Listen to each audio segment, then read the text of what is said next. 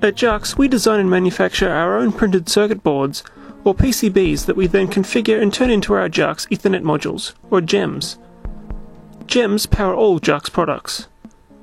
With our 3D printer, we can create prototypes or replicas of our GEMs, as well as other vital components. Let's take a look at the process of a GEM 2 Plus replica being made.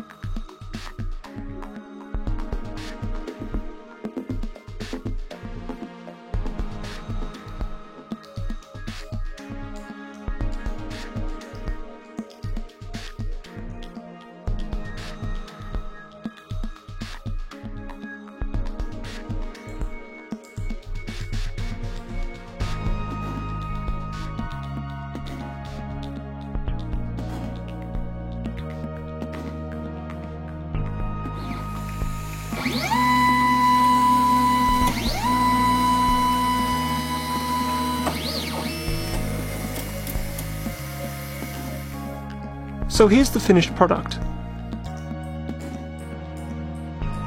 And here it is side by side with a real GEM 2 Plus. At JUX, we utilize a range of technologies to ensure that our products and systems are as reliable and as powerful as possible. We hope you enjoyed this video. Thank you for watching.